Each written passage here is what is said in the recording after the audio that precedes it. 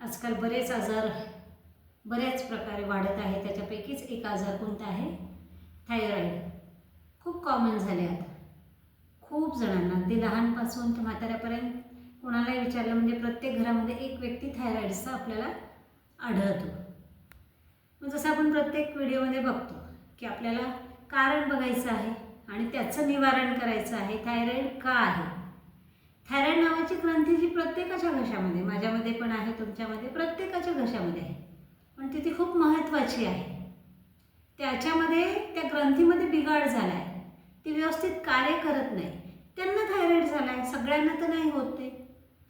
तो का झाला आहे की पाचनतंत्र, मेटाबॉलिझम जे आहे आपल्या शरीराचं, ते पाचनतंत्र बिघडले. मग पाचनतंत्राला ठीक ठेवायचं तर आपल्याला लाईफस्टाईल आपली वेळेवर जेवायचं, आपले जे त्रिदोष आहेत वात, पित्त आणि कफ ते वाढू द्यायचे नाही, वेळेवर जेवायचं, वेळेवर झोपायचं रोज. त्याच्यासाठी आज आपण पूर्ण व्हिडिओ बघा शेवटपर्यंत.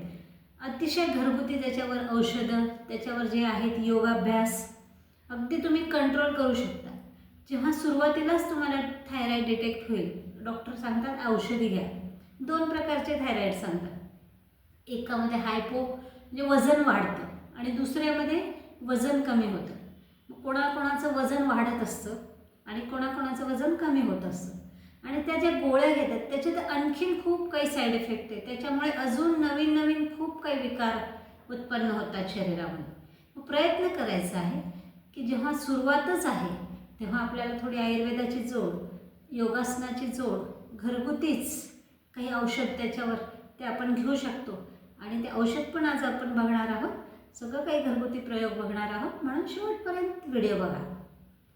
तर आपण सांगितलं कारणाचं आपल्याला निवारण करायचं. आपल्याला पाचनतंत्र म्हणजे जे आपल्या जेवणाच्या वेळा आहेत त्या पण व्यवस्थित करायच्या. आपल्याला कधी पण जेवायचं, भूक नसताना जेवायचं हे नाही करायचं आहे आपल्याला.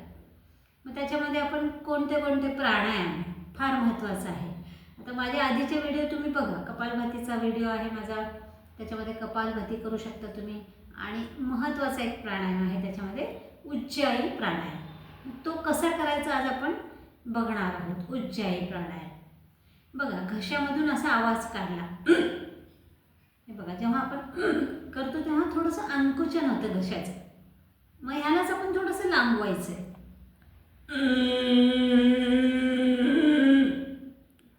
आणि मग काय करायचं, उजवी बंद करून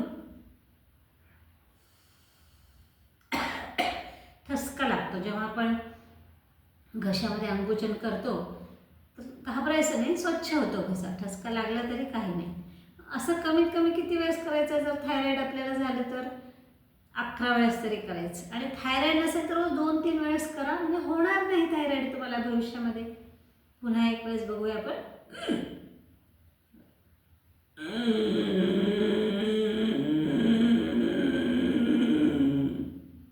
सोडताना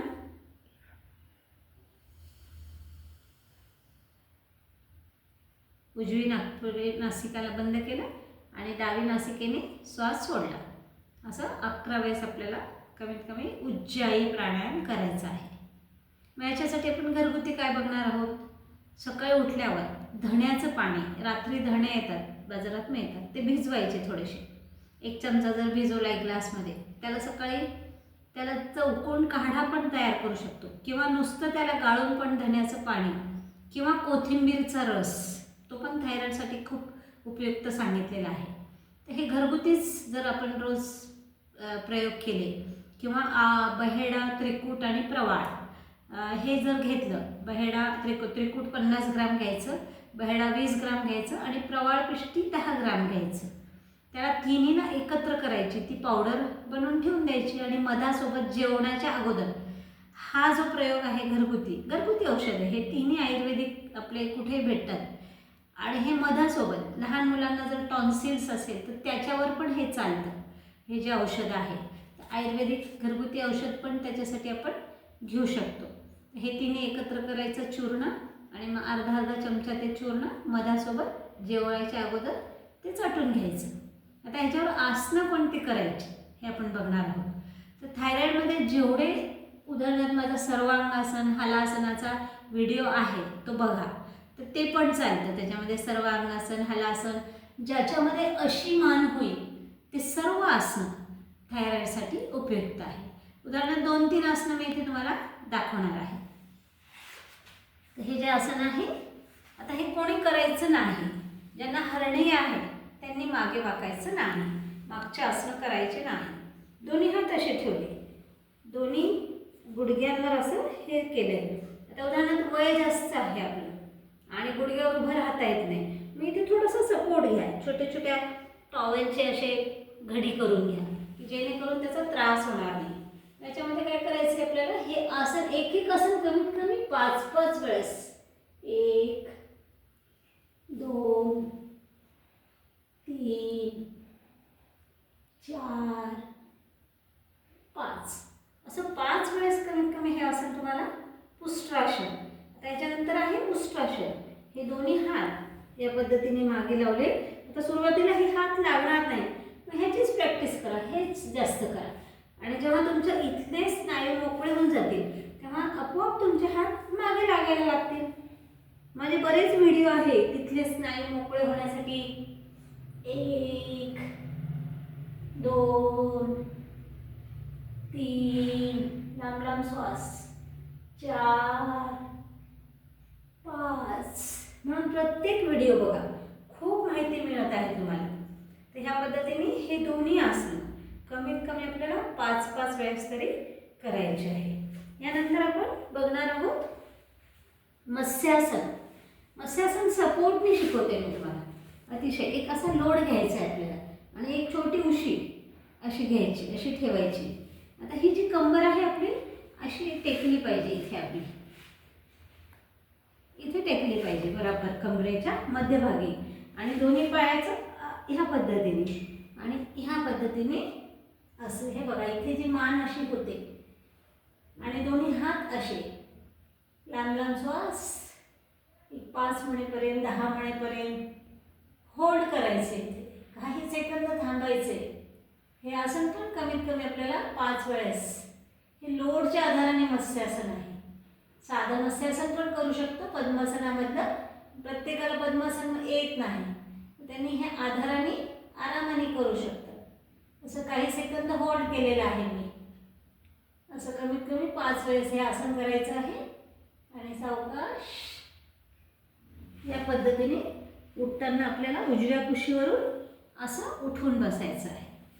मग हे जे आसनं आहेत, मग ह्याच्यासोबत ज्यांना सर्वांगासन जमतं, हलासन जमतं, भुजंगासन पण, ज्याच्यामध्ये आपण भुजंगाप्रमाणे पोज घेतो आणि मान वर करतो. जेवढे पण आसनं ज्याच्यामध्ये मान अशी होते ते थायरॉईडसाठी उपयुक्त आहे. नक्कीच माहिती खूप आवडली असेल. आणि थायरॉईड आजार त्याचं टेन्शन घ्यायचं नाही, खूप सोपा आणि एकदम त्याचा काहीच असा अवघड आजार नाही आहे तो. त्याच्यामुळे घरच्या घरी आपण त्याला आरामाने बरं करू शकतो. सुरुवातीलाच आयुर्वेदाची जोड घेतली, योग केला तर आपल्याला दवाखान्यात जायची किंवा ॲलोपॅथी घ्यायची गरजच नाही, की ज्याचे साईड इफेक्ट आपल्याला खूप जास्त झेलावं लागतात. त्याच्यामुळे खूप काही, ज्यांचं वजन वाढतं आणि त्यांना जर वजन वाढणारं जर थायरॉईड असेल आणि त्यात ज्या गोळ्या घेतात त्याच्याने आणखीन वजन वाढतं, मग ते दुसरेच आजार निर्माण होतात. मग हा आजार कमी करावा का हा आजार कमी करावा, संभ्रमात येतो माणूस. म्हणून त्याला घाबरायचं नाही. अतिशय सोपा म्हणजे छोटासा आजार आहे आणि तो सहज आपण घरच्या घरीच बरा करू शकतो. तर नक्कीच प्रत्येका घरामध्ये एक थायरॉईडचा पेशंट आहे, त्यामुळे प्रत्येकापर्यंत हा व्हिडिओ पोहोचवा. आपल्याला फक्त स्वतःला बरं व्हायचं नाही, आपण प्रत्येक व्हिडिओमध्ये हेच सांगतो की स्वस्थ भारत हे आपलं स्वप्न आहे. आपल्याला जास्तीत जास्त लोकांपर्यंत पोहोचवायचं आहे आणि योग शिकवायचा आहे, स्वास्थ्य द्यायचं आहे. जे दिलं ते प्रकृती आपल्याला पुन्हा देतं. म्हणून नक्कीच लाईक करा, शेअर करा, सबस्क्राईब करा. ऐकल्याबद्दल धन्यवाद.